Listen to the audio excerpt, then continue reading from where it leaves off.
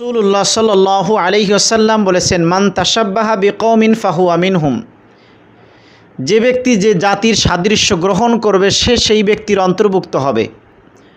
আমরা মুসলমান হয়ে কিভাবে আর্জেন্টিনার সাপোর্ট করি, আমরা কিভাবে মুসলমান হয়ে সেই দলের জন্য আমরা উৎসর্গিত করি, বিভিন্ন ধরনের টাকা পয়সা আমরা খরচ করি এবং সেই দলের জন্য সেই দল হেরে যাওয়ার কারণে আমরা সেই দলের জন্য চোখের পানি ঝরাই।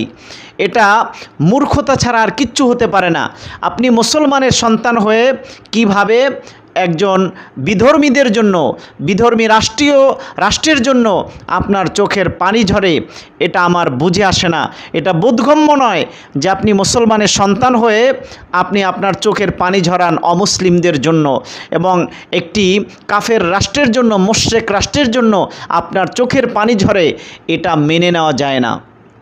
আপনি সাপোর্ট করবেন একটা ইসলামিক দলের, একটি ইসলামিক রাষ্ট্রের সাপোর্ট করবেন, মুসলিম হয়ে একটা মুসলিম রাষ্ট্রের সাপোর্ট করতে পারেন, কিন্তু একজন মুসলিম হয়ে কিভাবে একজন অমুসলিম রাষ্ট্রের সাপোর্ট করতে পারেন, এটা বোধগম্য নয়।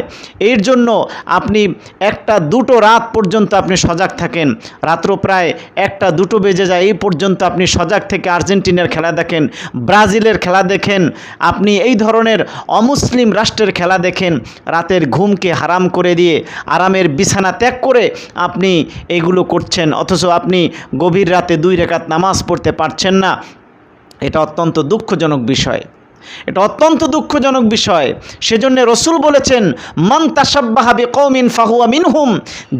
যেই ব্যক্তি যেই জাতির সাদৃশ্য গ্রহণ করবে কিয়ামতের দিন ওই ব্যক্তির সাথে তার হাসর হবে। সেজন্য আসুন আমরা এই ধরনের ভণ্ডামি থেকে, এই ধরনের কালচারাল থেকে, এই ধরনের সভ্যতা থেকে আমরা বেরিয়ে আসি। আল্লাহ আমাদের সকলকে সেই তৌফিক দান করুক, আমিন।